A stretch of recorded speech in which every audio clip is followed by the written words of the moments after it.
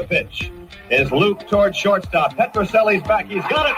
The Red Sox win. That is pandemonium on the field. Welcome to the Great American Collectibles Show, brought to you each week by the National Sports Collectors Convention. Join us every Wednesday evening at 6:30 p.m. Eastern Standard Time and get the latest news from the greatest experts in the sports collectibles world.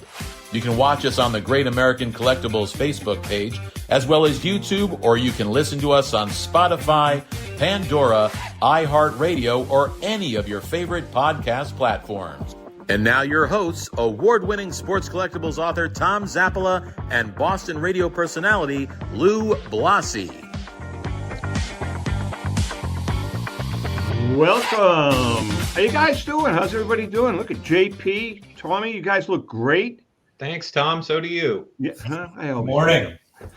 Tom Finklemeier from Finkelmeier Insurance. Our good friend JP Cohen, President, CEO, Head of Facilities for Memory Lane Auctions out in beautiful Southern California. Welcome. We have a great show today. Today we're going to be all over the place, but obviously we're going to highlight insurance and how important it is. And again, as Danny Boy said at the opening, don't forget you can watch us on Facebook Live, YouTube, any of your favorite platforms, Pandora, iHeartRadio, Spotify, all that good. You know, Ellen and I, for the first time, JP, I think you know this. Lou, I know you know this. Mm-hmm. Every night at 4:30 Eastern Time, Ellen and I have a cocktail. We've been doing it since day one of our marriage. We have a martini with cheese and crackers. Ellen, we work out of the, Ellen's in her office, I'm in mine. And we just kind of get together at the end of the day, because sometimes I don't even see her. And we talk about, what's going on. Obviously, JP, we're working on a project now that you're aware of that we're going to announce in a couple of weeks. However, I said to Ellen, I said, I really, really enjoy the show, doing the show. So last night, for the first time, we listened to last week's show over cocktails on Spotify, which we have never done before. Oh, wow. Honest to God, never done it. And it was kind of fun. It was kind of fun to listen to. We've watched it. Anyway, I got to tell you guys a quick story. This is a typical Rico story. So right now we have guys in the house. There's a crew of 3 men putting in new stair runners on 2 floors of the house. So they walked in today. Ellen picked out this stuff a long time ago. And I'm up on the 3rd floor in my office. So I asked the guys, I said, can I get down the steps after my shows? He said, absolutely. And he said to me, one of the guys says, by the way, I love the show, but I'm pissed at Rico. Uh-oh. I said, what did Rico do now? He said, my son is 31 years old. He said, when he was eight, he said he won a contest and he was supposed to spend an hour with Rico Petrocelli and Dick Raditz at Roberto Clemente Field in Boston. Who would do that to an 8-year-old? Rico never shows up, right? Rico never showed up. He says, to this day, I'm pissed at him. And I said to him, well, he says, I want you to say something to him. I said, first of all, Rico is not going to even have a clue as to remembering that. Because if I told you how many times people have asked Rico, hey, do you remember this? And Rico's always said, oh, yeah, I remember. And he says, I don't have a clue. So I said, you know something? We're going to find out right now. So I called Rico up in front of the gentleman. I says, Rick, I have a guy here doing some work for me, and he's really pissed off at you. Because what did I do now? I said, this guy showed up at Roberto Clemente Park probably 25 years ago or 20 years ago with his little son, because he won a contest, and you and Raditz were supposed to be there, and Raditz was there, and you didn't show up. Rico says to me, I'm not kidding, I remember it, because I had the worst flu I've ever had in my entire adult life. He says, I was down and out for a week. And the guy's listening to it. I says, Rico, apologize to him. And he said, the guy's name was Paul. He says, Paul, I can't tell you how sorry I am and I'm going to drop a signed baseball in the mail for your son, who's now 31 years old. Nice. So it's pretty cool. It was pretty cool. You That like had it when to be- people that had make to be it. something right. Yeah. I'm sorry? That You had like to it be when someone makes it Yeah. right.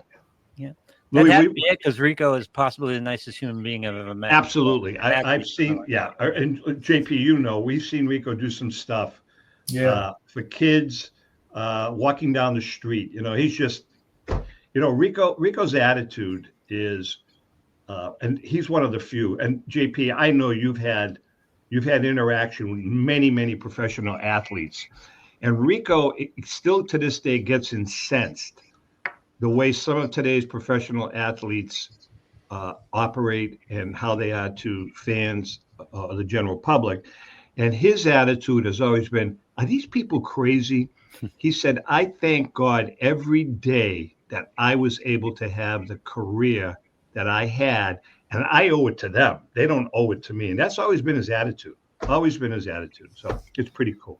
You know, Hi. Tom, Go ahead. Tom, I think I like you a little better now because you've got something in common with my wife and I. We don't have a cocktail every night with 4 kids, 16 and under. Oh, But Oh boy. that is how we decompress too, is we'll sit on the porch and have a cocktail and watch the kids out beating each other with a plastic baseball bat. the only rule now is that because I'm a news guy, I love watching the news, and Ellen is insisting over the last 6 months, no more news. Good for So her. we go into our great room, and I put on Pandora or Spotify. In the summertime, we sit out on the deck, but Yeah, we're not allowed to have cell Yeah. phones. That time is cocktail and spouse. yeah, but it's pretty cool. And we enjoy it. We've been doing it, as I said, for 30 years now. So, or And Tom's 29 got a years. world-class deck on the beautiful Merrimack River. It's a beautiful view. It's good. Yeah, we love it, Lou. We love it. They just took the dock. They just took the Just dock. the dock, yeah. That time of That- year. Yeah, that's when we get sad and get ready to go to Florida. All right, let's get. I want to talk about insurance first. You know, Tom Finkelmeier. Tom, you know, I was talking to JP. You guys you've known each other for how many years? How many years have you known JP? Well, I don't know. can go to the other screen and tell you when I. Well, it's been a long time. I think I knew your father. Yeah, Richard. he knew my dad. So We go back at least. Let's see here. At least to 2002. So Yeah. So that's quite a long time. And there's 2 people in the hobby that speak highly of you. This gentleman, number 1, and John Tobby's the other guy. only just 2. just 2 people. Well, no, the 2 that we know that I've talked about too. And no, JP and both JP and JT. I mean, they think the world of you. As a matter of fact, I think we used JT as a tagline in your live read. Anyway, let's talk about insurance. You know, it still boggles my mind. And there's a collector that I know that's a very dear friend, young guy, that I think he's got 2 or 3 sets in the top 4 or 5 in the PSA register. One of them being the entire T205 collection. No insurance. No insurance. So I've reached out to this guy, and I said, do me a favor. I want you to call this young lady. Her name is Rebecca Tran, and I want you to get some insurance. And I guess he dilly-dallied, and I guess finally he called her, or he's in the process of working with her. But it's just mind-boggling how many people like that do not have insurance. First, I'm going to ask you this, Tom. Yeah. Can you get the word out? How important is insurance for collectibles, cards, memorabilia, all of that? Well, it's obviously critically important because it's a physical asset that carries significant value. The problem is twofold. People build their collections over time, and it kind of sneaks up on them. I mean, my dad had a PSA 4 mantle. It was ungraded when he bought it at the Cincinnati Sharonville Holiday Inn show when I was, I don't know, 12. So you're talking 82. I think he paid $1,100 for it. You know, well, we sold that right before my father passed for $80,000. Yeah. Wow. And, you know, so you have this stuff especially for people that are into the classic vintage. That, my dad collected it all. He was a guy who said, "Hey, JP, you know how we always used to trade baseball cards? Now that you're going to college, can I just buy all your cards for $10? Sure. And when I tell us that story, people say, "Oh, your dad must have been really wise." Oh, not at all. He just loved collecting. And so he had a lot of stuff. And then one day you wake up and you realize, wow, there's a lot of value here. Now, you mentioned that you'll have a lot of people that are uninsured, and I chuckled about that. I always say my competition isn't that there's somebody else out there that does a better job or has better advice or better products than I do. My competition is laziness or ennui. I mean, just people just don't do it. We track everybody who's ever contacted us ever, and keep them in a database, and a lot of them will come back after a while if they leave us. But it's not uncommon for somebody to contact us multiple times over a period of years before they finally say, "I know I should do this," and get it done.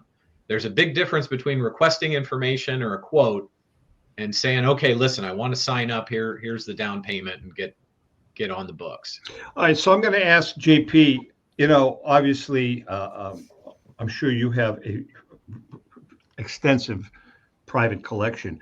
Do you ever counsel consigners or people? I mean, have you talked to people over the course of the years that you've been involved with this about insurance, about the importance of having insurance? Oh, I do it all the time. In fact, since Rebecca's joined Tom, I've been forwarding leads or clients that are interested in insurance to have a conversation with them, see what's available.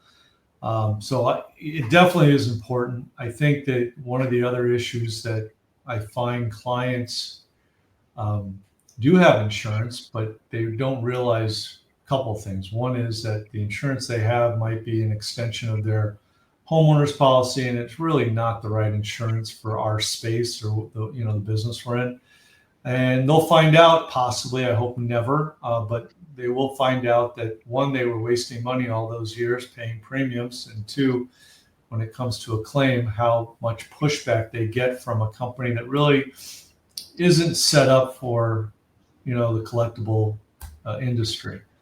So I try to encourage my clients that if they have insurance, they make sure that they're with a company like Tom's that specializes in collectibles, so that when, hopefully never, they have a claim, that it's a smooth process and they're fully covered. It also goes for shipping too. I find a lot of people will go to FedEx or UPS and they'll pay significant coverage to ship that package. And if that package gets lost, those two companies will not pay for anything. They'll give you $100. They will not. They'll take your money. Wow. They'll take your money, and then they'll say, "Oh, you didn't read the fine print? Here's your shipping premium back. We don't cover collectibles." Wow. And that goes on a lot. I wouldn't be surprised if we're talking millions of dollars a year of FedEx, UPS coverage that they will never cover if they had to. I'm glad you guys are bringing this up, because I can tell you right now, there's a lot of people watching this show that had no idea that was the case. So, folks, you got to think twice about that, because that's really, really important. Louis? So there's insurance. I'm sure Tom, can elaborate a little bit about the different areas of coverage, but it's not just covering, God forbid, you get robbed or a fire or something. Yeah. There's transportation, there's going to shows, there's shipping. There's a lot of benefits to working with a company like Tom's. And our insurance is with Tom, and we wouldn't have it any other way. Hold on one second. I want to follow, Louis, just hold your question, because I want to ask JP. I want to follow up on what you're talking about, JP. And if it's a sore subject, just say I'll pass. But you guys were involved in a theft at the Strongville show. Yeah. Now, did insurance help you guys at the time before before the cards were recovered? Once again, this goes to what I was just saying. Number one, it was very, upsetting to have to put a claim in, but that's why you have insurance. And as soon as I put a claim in with Tom's office, Tom was hands-on. He worked with the insurance company. He worked with us. He even worked with the police department. We became a team to make sure, one, it was smooth. He alleviated the stresses to the best he could on us, even though it was a very stressful period of time losing those cards. And it's not, listen, it was a lot of money and value, but as a collector and a dealer and someone that loves the hobby, you never want to lose a piece of history or something special like Sure. what was stolen from us. So being that said, to answer your question, it gave me a lot of peace knowing that I'm dealing with Tom. He gave me assurance that the insurance company, because I never had a claim like that. So he gave me, peace of mind that we'll get through this and we'll, basically hold hands through the process. And he did.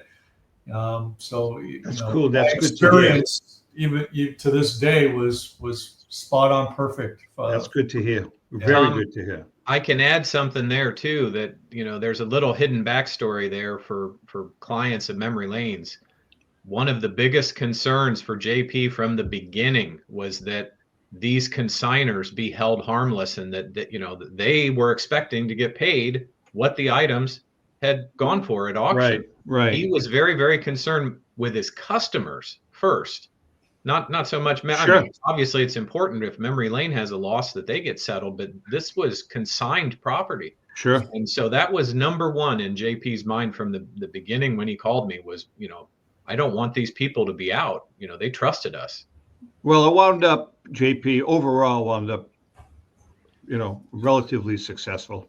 Yeah, I mean the final outcome was not bad. I mean, Right. obviously, it was a long process. We stepped up. Insurance company stepped up for a couple of cards that were never returned. Once again, like Tom said, our number one goal is to make the consigners, even the buyers, try to accommodate them and give them the opportunity to buy the cards or the items that they bought from our auction. Give them a chance to eventually get those items if they still wanted them when they were returned to us. So it was a long journey. It lasted, about 8 months, not because of the insurance company. The insurance company was right on, all over, making sure that we were happy and that the process of making a claim was smooth. The process that was a little bit stressful for us was more of the legal system, because there was a theft, there was people that were arrested, and it had to go through a process. And Right. the wheel turns as, the legal system or the justice system turns a little slow sometimes. But as far as the insurance part, since that's what we're talking about here, the cards were recovered within a few weeks of the theft, all but 2 of them. Those 2 cards were paid instantly, no pushback from the insurance company. Whereas I believe if I was with a big homeowners type insurance that really doesn't specialize in collectibles, who knows what problems they would have transpired over it. It's the nature of our hobby that I said that the one thing, and I talked about this as the stuff was recovered. Those items that were stolen and then recovered, they need like a letter of provenance of that. That actually, in my mind, makes them more valuable because there's a story that this card got swiped and then recovered. Kind of like the Mastro trimmed Wagner. They said, no, I still want to keep it. That's kind of the history of the card now, is you have the one that Mastro trimmed. That's part of that card. You'd prefer it had never been adulterated, but that's part of the history of that card now. So Tom, just to add to that, so we, after we got through the stressful period of time, we put our marketing caps on, and we did make a card that went like a pedigree card that went with each PSA card or SGC card. And it had a picture of it, and it talked about, we actually branded this whole thing as the Strongville heist. And we had a picture of the cops because it was 8 detectives, and if it wasn't for those guys, I give them all the accolades of putting this. I mean, they really worked hard to solve this case. But anyway, we put a picture of them with all the cards laid out on the table the morning that they were able to recover them and make their arrest. So we did do a little bit of a background and a history. You got to play it up. We did. Absolutely. There's a picture of the house, and it talks about the attic. And what's interesting about that heist, someone on the internet created a little mini episode of the whole thing from A to Z, from interviewing the thieves, from them getting arrested with the body cameras of the cops, to them raiding the house and getting the cards. So there was actually like a 30-minute unbelievable for TV production that someone put on, which was pretty neat to see. But I'm very grateful for the cops, grateful for the insurance company, because even before the cards were recovered, I felt confident that if they weren't recovered, I was going to get paid from the claim. And of course, like you said, the customers, they were all very supportive, patient. So everything worked out the best way it could possibly under the circumstances. Excellent. I think what we're going to do, Louis, why don't we take a break? Is it too early to take a break, Lou? No, not at all. Right. Yeah, we're going to take a break. And I guess what? I have to switch cameras. Hang in there. We'll be right back.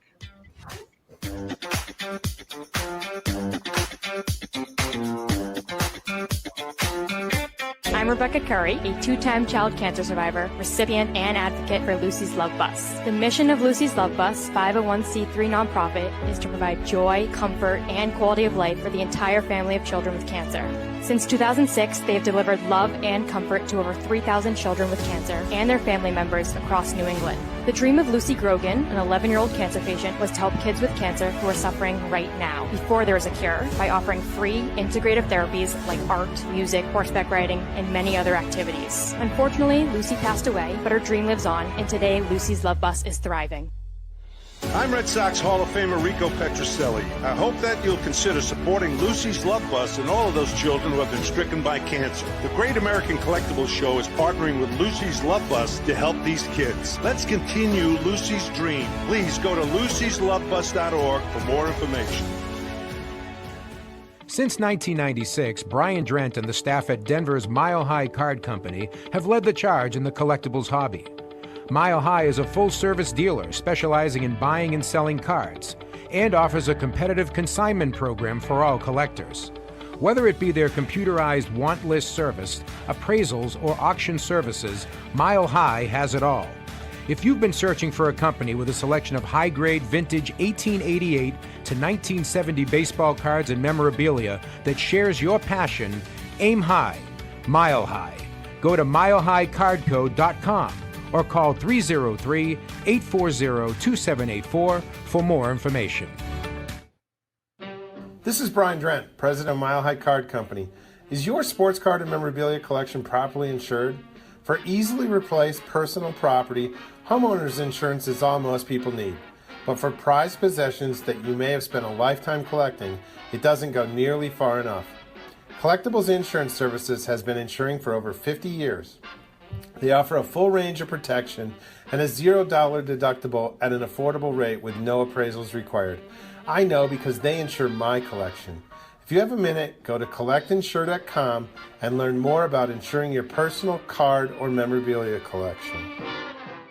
Hi, this is Dan from Memory Lane Auctions, here to remind you that the renowned Memory Lane Collectibles Company has served as a beacon of light to the collecting community for the past several decades.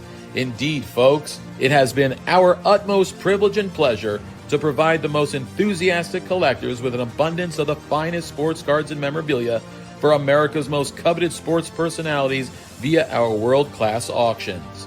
Whether you choose either a private sale transaction or the auction route, Memory Lane cordially invites you to reach out to us to maximize the value of your prized possessions.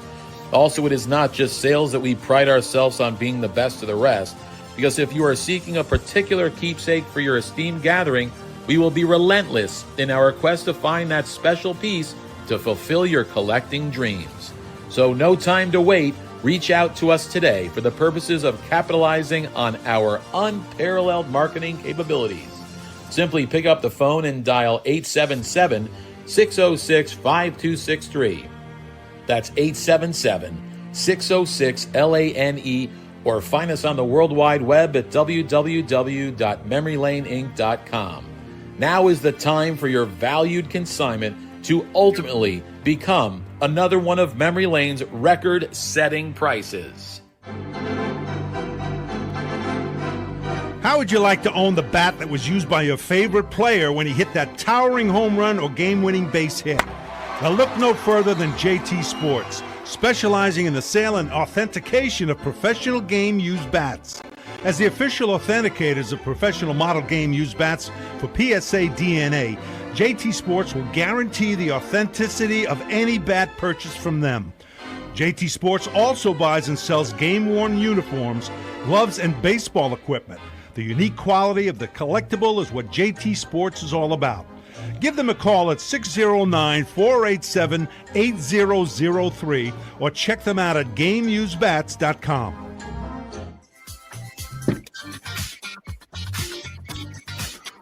Okay, we are back. See, Louis, don't I look better now?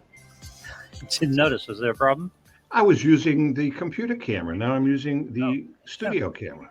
Yeah, you do. Notice the bright blues now, right? Yeah, I know. I got to put my shirt on. I have my shirt over there. That's I figured that. Really quick. Not for nothing, but we bought Lou a slew of Great American Collectibles jerseys, and you think he'd wear one? No, he's got a Western. They're whatever. right here. I keep them right in the studio, so they're right That's here. great. That's great. In the back. But we started early, so I was kind of scrambling to get going. Not a problem. Hey, Lou, before we get back to our guests, why don't you tell our viewers about the new Northeast Sports Card Expo that's coming to town? Well, the Northeast Card Expo hits the Boston area on November 22nd and 23rd at the Marriott Boston Quincy. That's in Quincy, Mass. 26,000 square feet of expo space, 180 plus vendor tables, and everything from sports cards and memorabilia to Pokemon toys and Funkos. It's a weekend for collectors, fans, and families alike. Meet sports stars and entertainers all weekend long, many offering one free autograph with a paid admission. On-site authentication by JSA. Bring your own items and get your autographs verified on the spot. Free raffle entries with every admission. Win signed jerseys, photos, and more. Free commemorative poster for the first 200 attendees each day, designed by Rich Pellegrino.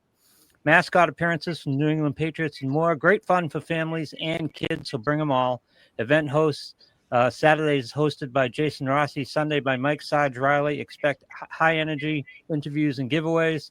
The November 22nd and 23rd at the Marriott Boston Quincy. Get your tickets at the Northeast Sports Card Expo Quincy, now at northeastcardexpo.com.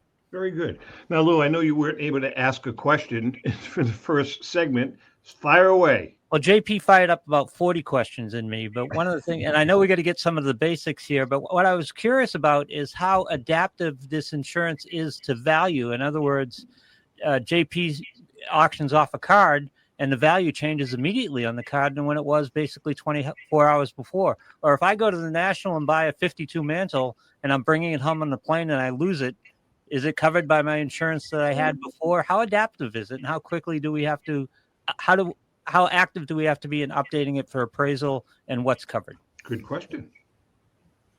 Who wants to answer? I'll take that one on. For a dealer like JP, the policy actually has several ways it addresses it. So you specifically mentioned something that was consigned.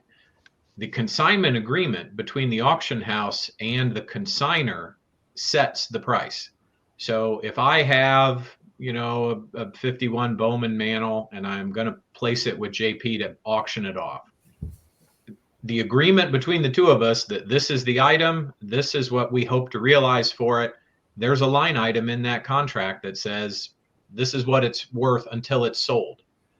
Once it sells, that changes it. Now it's a sold item. It's insured for what it sold for. And that's the price that would be covered during transit to the buyer. Wow. JP's inventory is insured based on a fair market value, based on either his acquisition cost or market cost, whichever's better. So there's multiple ways.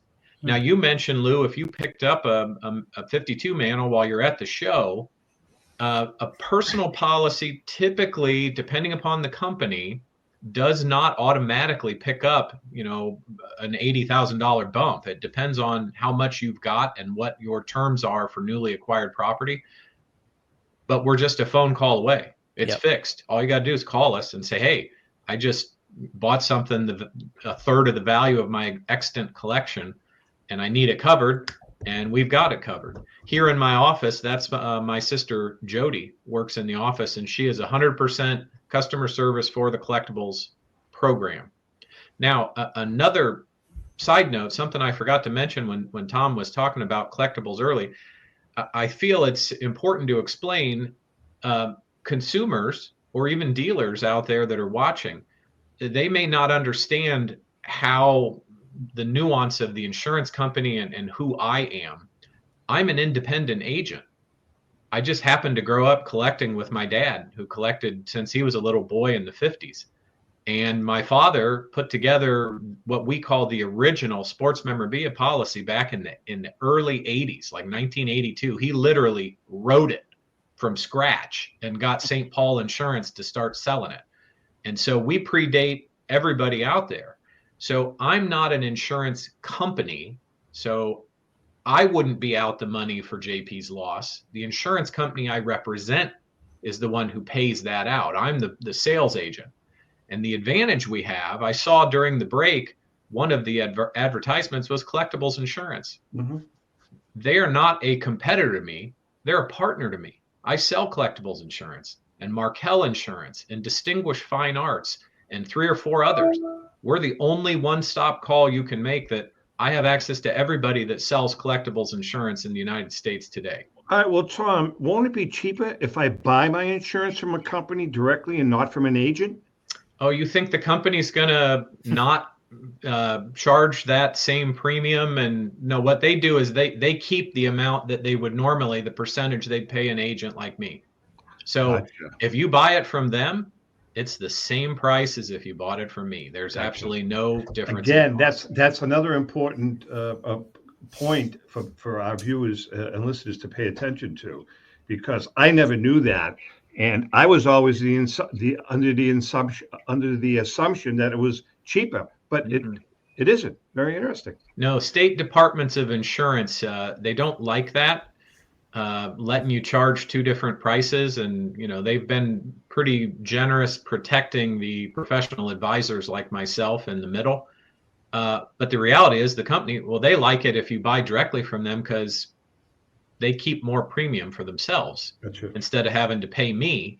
But I will tell you that their staff, when you buy direct from a company, does not have my level of expertise with either the hobby or insurance. They're usually just office folks, super nice people. I'm not knocking them, right. But they typically are not licensed in 47 insurance jurisdictions like I am. And they certainly don't have 30 years of experience in insurance and 50 years in the hobby. Interesting. Hey, I want to switch gears for a moment. JP, I'm going to ask you this question first. And then, Tom, you may be able to piggyback with his answer regarding the insurance component of it. Is the modern market with this whole manufactured rarities situation, JP, out of hand? I mean, I'm going to use the LeBron Jordan card that Mr. Wonderful bought a month ago and paid whatever it was, $12 million for it. I mean, how is this going to be corralled? I mean, what's to stop or what's to prevent Panini or any one of these companies for creating these manufactured rarities every day, one of one? This has a piece of his jockstrap. Whatever the reason being, is it out of hand, JP? I mean, I don't know if it's out of hand. I think it's a new area of our, collectible industry. I specialize in vintage, so I haven't really, done much in that space. I do follow it. Of course, like everyone else, see some of these record prices that show themselves. It's just like anything else. You need an audience. You need a demand. The supply, is created by these companies, and they're trying to, copy the rarities of the vintage market by creating the rarity by putting numbers and scarcity on their product that they're making. And for the most part, it's been somewhat embraced, with these sales that are going on. I kind of feel like the jury's still out on it. It just depends, if we had a crystal ball, what the future, will show.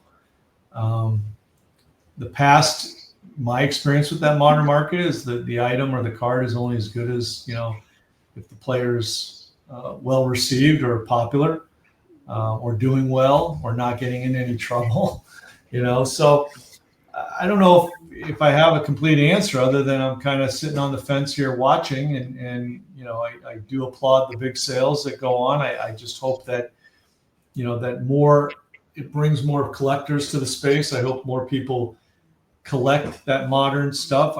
So far I feel like that demographic is more of a person that buys it and is willing to flip it and sell it and move it. And whereas the demographic of the vintage collector or buyer that I deal with are more interested in owning the piece and keeping the piece, not selling it. Of course, I'm sure they're happy to hear that their item is worth more, or they see something similar bringing more money than they paid. I'm sure that makes them feel good. But at the end of the day, a majority of the people that collect vintage collect it for collecting, not for the value. Tom, what about the insurance part of it, Tom? Are you seeing more and more modern insurance requests? I don't know that we're seeing more, other than what I've always called it was manufactured scarcity.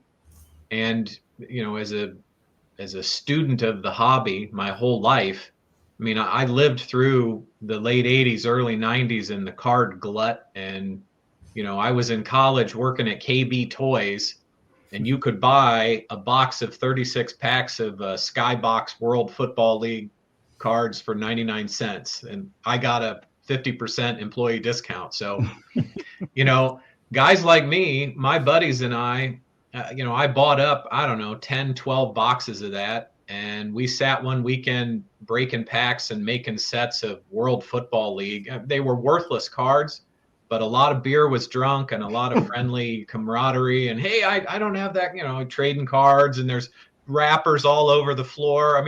So pure collectors are still out there to collect, but I understand why the manufacturers had to create the chase cards and the foil cards and the game-worn jersey cards, because since the hobby exploded when my dad first insured, in the early 80s, and now it's on the front page of USA Today, wow, your baseball cards are worth something. Everything that's been printed since the late 80s, some guy is warehousing it. Right. There's cases of unopened product of everything. So you end up in the modern world where the manufacturers realize, no, we are not printing money. That we found out the market cannot bear 6 different, baseball card sets by each, company. Look how many Leaf and Skybox and, the companies that have had troubles, and then the names acquired somewhere else. Even Topps is owned by Fanatics now. Who would have thought? The great granddaddy. Right. So I think that the scarcity was necessary. The forced scarcity it's a necessity.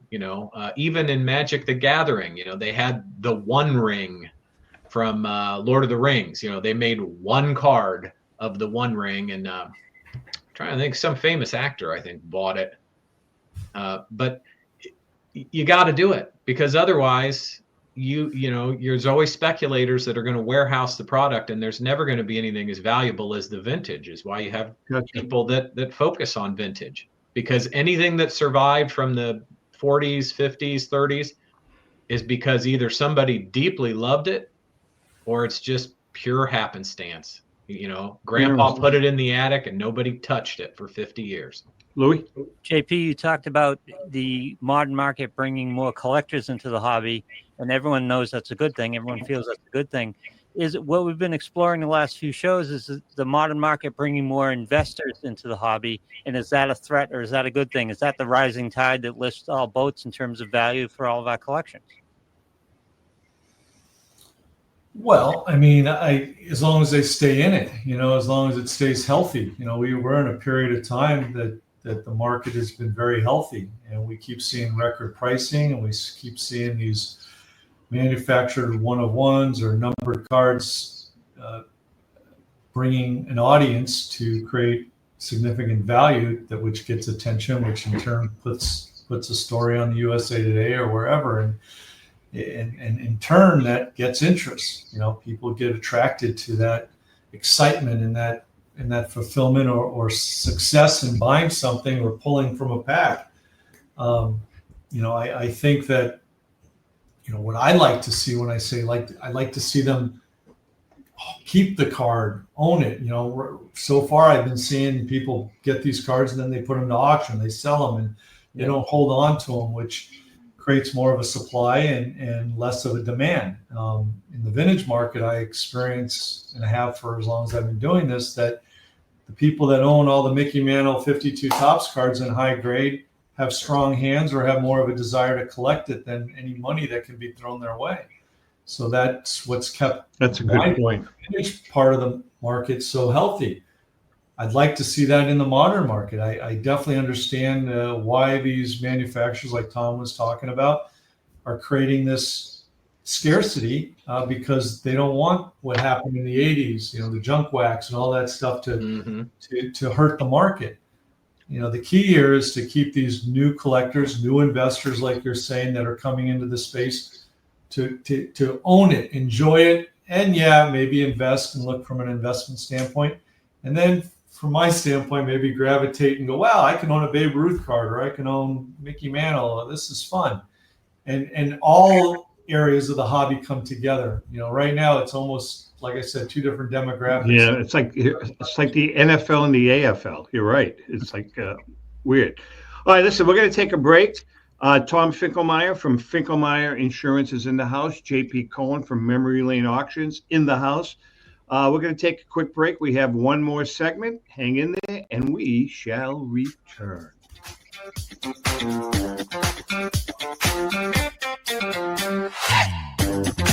I'm Rebecca Curry, a two-time child cancer survivor, recipient, and advocate for Lucy's Love Bus. The mission of Lucy's Love Bus, 501c3 nonprofit, is to provide joy, comfort, and quality of life for the entire family of children with cancer.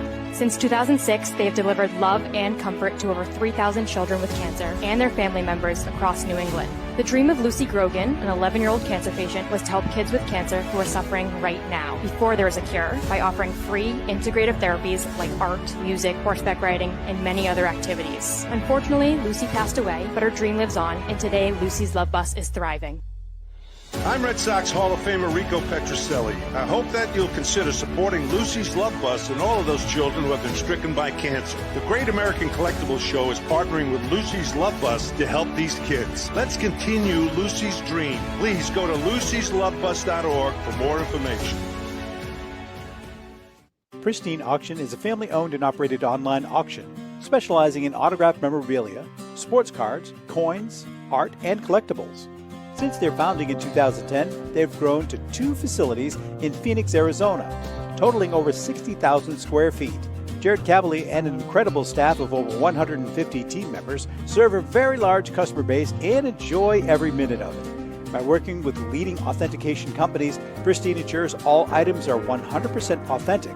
In addition, third-party authenticators regularly travel to Pristine Auction to provide authentication services on site. Pristine Auction strives to operate its business in a way that's honoring to God, their families, and their customers. With a strong focus on speed, quality, and premier customer service, their mission is to be the leading online auction for every level of collector and fan. Pristine also works for Hope Sports and Identity Hoops International, traveling to Mexico to build houses for the less fortunate. Pristine Auction offers several online auction formats with thousands of auctions ending each day. For more information, go to pristineauction.com. That's Pristine Auction, the best in the business. If you're a discerning collector interested in owning the most important pieces in the hobby, look no further than Leland's Auctions. The original sports auction and appraisal house, Leland's was established in 1985 by legendary Pioneer founder Joshua Leland Evans. And today, President Mike Hefner carries on their tradition. From the Tom Brady card and memorabilia collection to the famed Boston Garden auction to high-end card auctions from every major sport, Leland's has always maintained the highest standards. Go to Lelands.com and get your bid in.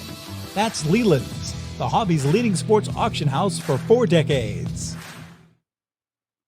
It's often been said that championships are won on the practice field, and world records come only to those willing to work harder than everybody else. Heritage Auctions is the world's largest collectibles auctioneer because we believe that becoming the best is only an invitation to the challenge of remaining the best. This requires the skills of the hobby's top experts, capable of identifying and maximizing value for our consigners. It requires the most visited website in the industry, courting a global audience of collectors over 1.5 million strong. It requires a dedicated press department that expands our global reach far beyond the entrenched hobby marketplace. It's hard work, but a simple premise. Present the finest collectibles to the largest population of potential buyers, and world records will come. We invite all listeners to put the unmatched power of Heritage Auctions to work for you. Auction evaluations are always free, and our commission-based fee structure ensures that our interests are always aligned. The highest possible price for your collectibles. There will always be new world records to chase, so let's chase them together. Visit our website at ha.com and request your no-obligation review today. Hi, this is Dan from Memory Lane Auctions, here to remind you that the renowned Memory Lane Collectibles Company has served as a beacon of light to the collecting community for the past several decades. Indeed, folks, it has been our utmost privilege and pleasure to provide the most enthusiastic collectors with an abundance of the finest sports cards and memorabilia for America's most coveted sports personalities via our world-class auctions. Whether you choose either a private sale transaction or the auction route, Memory Lane cordially invites you to reach out to us to maximize the value of your prized possessions. Also, it is not just sales that we pride ourselves on being the best of the rest, because if you are seeking a particular keepsake for your esteemed gathering, we will be relentless in our quest to find that special piece to fulfill your collecting dreams. So no time to wait. Reach out to us today for the purposes of capitalizing on our unparalleled marketing capabilities. Simply pick up the phone and dial 877-606-5263. That's 877-606-LANE, or find us on the World Wide Web at www.memorylaneinc.com.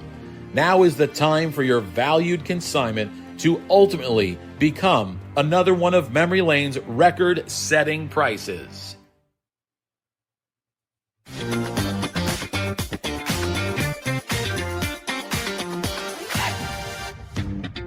Okay, we are back, and we are spending one more segment with our good friends JP Cohen of Memory Lane Auctions and Tom Finkelmeier from Finkelmeier Insurance Company. JP, what's going on in the Memory Lane auction world these days?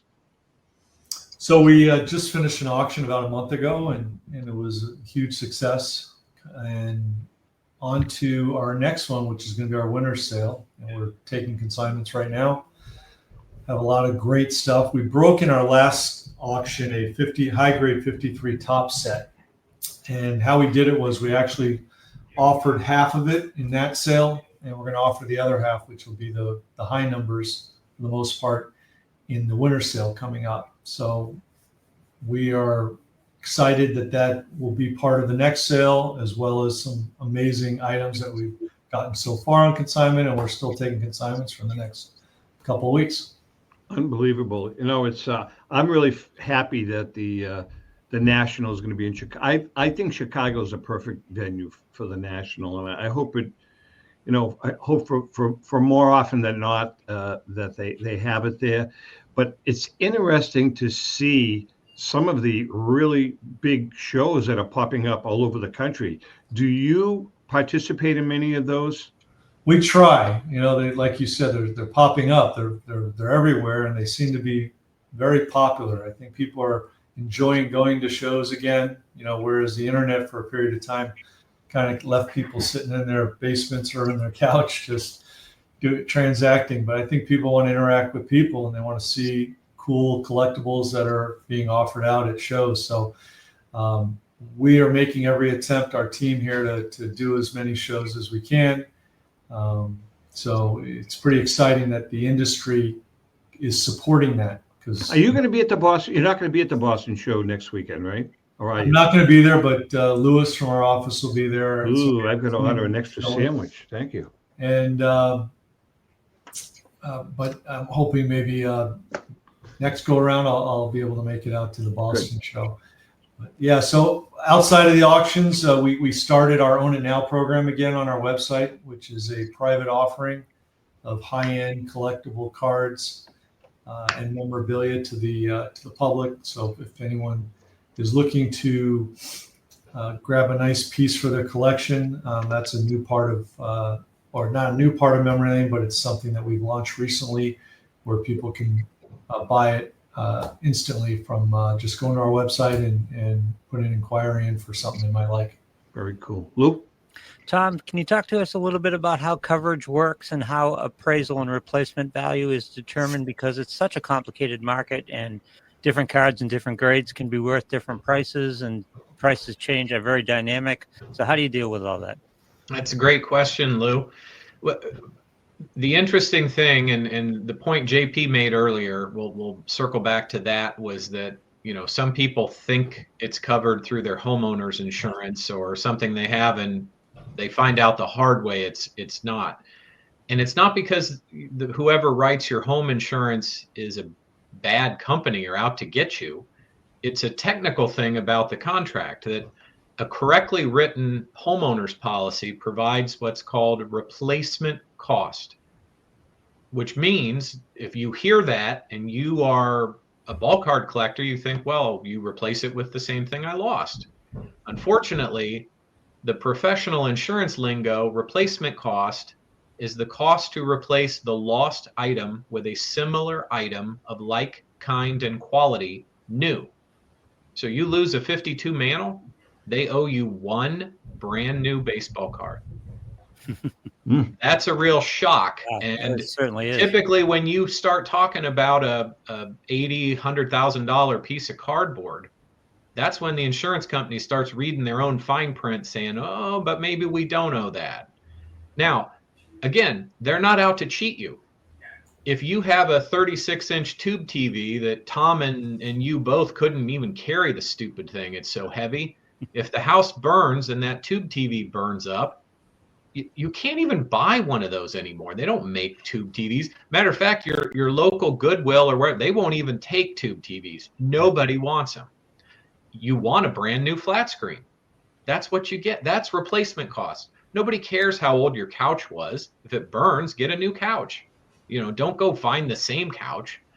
That's why for antiques and collectibles, you need special coverage. You can sometimes get a rider on your home insurance, typically only for trading cards. So if you have game worn jerseys, game worn or game used equipment, a bat or a ball, typically you're not going to find coverage for that in the homeowner's market. So you come to us. Now, the best policies are what are called blanket policies, meaning that you keep an inventory.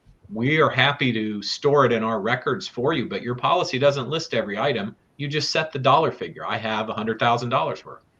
And if you have a claim, God forbid, that's when we're going to say, okay, well, the very first question, get your inventory for us. In the old days, we'd tell people keep a copy at the office or whatever. Well, nowadays, you have no excuse for a collector to not be able to produce their inventory. Everybody's got it in Dropbox or iCloud or Google Drive, So it's not going to burn with your house. You're still going to have your checklist of what you lost. Well, Tom, let me let me ask a follow-up to this whole conversation. Is there much fraud out there from consumers? I mean, what's to prevent me from saying, okay, I got a $200,000 policy, collection, and I list $200,000 worth of product, send it to you, I pay the premium, 6 months, a year, boom. I say, hey, guess what? It was stolen. I mean, does stuff like that happen? It's much rarer than you'd think, Tom. When my father originally, created the first sports memorabilia policy back in like 82, to get an insurance company to back it up, there was a 50% in one occurrence theft limitation. And the idea is if you have 100,000 and you're willing to defraud the insurance company, the best you can get is 50 cents on the dollar, which, as any auctioneer like JP could tell you, if I've got to liquidate immediately, I'll be lucky to get 50 cents on the dollar. If you want to get the full value, you've got to go through the process and find those right buyers to maximize your return. But what happened over time, Tom, it just never developed. That, the idea that if you want to cheat an insurance company, there's a lot easier ways than trying to trick them, on sports memorabilia, which is, we love it. The hobby is a huge part of all of our lives, but it is still kind of a niche area. So, I always made the joke that, why isn't the company that want all this extra proof? And I'm like, well, because if a guy called me and said, well, I need to insure some high value baseball cards, I'm like, hey, great. What do you collect? Oh, the expensive ones. Okay. Like what kind? The old ones that are really valuable. We're kind of the first line of defense for the insurance company, that a collector knows a collector. I mean, I've been collecting, my dad taught me at age 5, hold by the edges, never by the corners, Tommy, and we used to lick the photo corners and put them in. I predate the top loader sheets that you put in a binder, so we were back in the photo corners days. You can't trick us. It's the same thing in art. There's, you hear about movies like the Thomas Crown Affair and art forgeries, and there is some of that, but it's really, really hard to do that fraud in a very niche space. So no, honestly, what has been bedeviling us the last few years, when the economy is struggling, especially the West Coast, stores getting broken into. Oh, people breaking into stores has been kind of our problem over the last few years, and a little bit of shipping. I want to put my plug in. I mean, don't trust FedEx or UPS to insure the items. Their contract of carriage is not insurance. And if you can even find the verbiage digging around their webpage, which is not always easy to do, and especially in the case of FedEx, they specifically flat out say, we do not cover sports memorabilia, full stop. It's in the print, but nobody knows that. Do you offer individual coverage like that, or is it included in the collections coverage? It's included in the collections. A lot of people will call and they just want to insure a one-off shipment. And as you can imagine, the insurance company is not very interested in that. That's high risk for low return. But it's included in almost every kind of policy with every company that we represent. Is if you are insured with us, your collection, then we can cover incoming materials that you've bought online if they're not insured already in transit, and we can insure for dealers in the shipping from We've heard about something that that's fear purchased. for a long time, going back to just grading, just sending it out to California, getting it grading, and sending it back out. Absolutely, people are terrified. That's why a lot of folks will use aggregators, dealers that are aggregators, because they don't want to send their 3 precious cards. They'd rather it was in a larger shipment. And you do that quite a bit, JP, don't you? I mean, how many trips do you do? I know you're close by, but how often are you at PSA? Yeah, we were there a few days a week. We offer the service to submit to them for authentication. It's not a real business model for us. It's more of a thing we do for our clients. Courtesy. Yeah. JP, before we let you guys go, this, next year, I was talking to a couple of guys on the national, and I've been to some shows locally and in Florida, and one show in particular I was at, 40% of the tables were Pokemon tables. This whole Pokemon phenomena is just exploded over the last year or so. Do you see it at the shows that you go to on the West Coast? We do. We actually attended a show here in Anaheim about a month or two ago, and 80% of that show was, the Pokemon cards and gaming cards. So it's interesting. It's a whole nother area of collecting. It's interesting.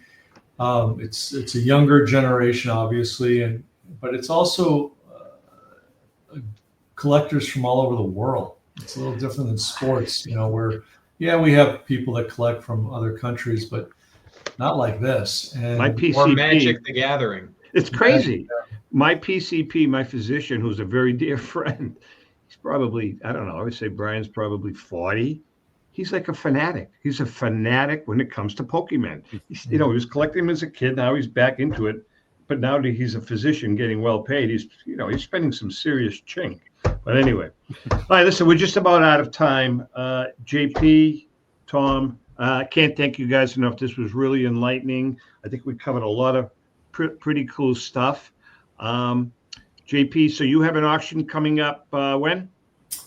We'll have an auction starting at the end of the year. We do them 3 times a year. We also have our Own It Now offering. People can see a lot of great stuff that's being offered privately on our website. And outside of that, just to talk about the insurance, if anyone ever wants to call me directly and ask advice on insurance, I'll give the advice I know, but more than likely I'll probably be telling you to call Tom. But you're in good hands if you reach out to Tom and get insured, that's for sure. And Tom, how can people reach you guys? 2 ways. You can get all of our contact information. I don't expect anybody to be able to spell Finkelmeier, at least not correctly the first try. So our website is the FIA for Finkelmeier Insurance Agency, thefia.com, or they can call us at 800-739-3314. And either myself or my sister can cover what they need. If it's a personal collection, she'll probably knock it out for you. If you do either special events, shows, we can do that. We can do auction houses. We do authenticators.